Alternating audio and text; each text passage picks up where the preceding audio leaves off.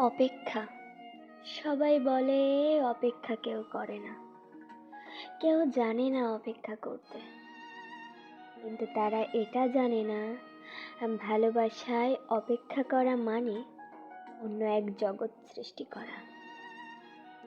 হয়তো আমি সেই একজনের অপেক্ষায় বসে আছি, কিন্তু আমি জানি না আমি তাকে পেয়ে যাব নাকি তাকে হারিয়ে ফেলব। তবুও অপেক্ষা করে আছি, কারণ আমি এটা মনে করি সে শুধু আমার।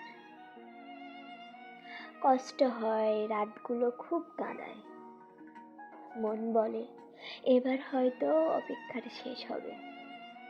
কিন্তু সে তো অনেক দূরে, আমি হাত বাড়ালে তাকে ছুঁতে পারি না।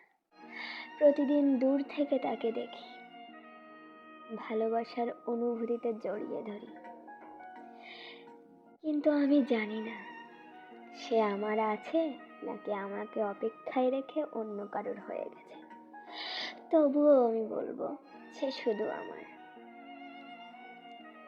আমি তার অপেক্ষায় আছি, কারণ ভালোবাসা শুধু পূর্ণতা চায়।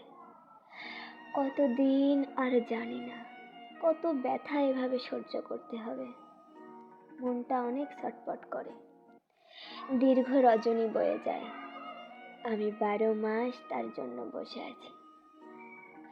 আমি ভাবি একদিন সে সব দূরত্ব কাটিয়ে আসবে আমার ভালোবাসার কাছে।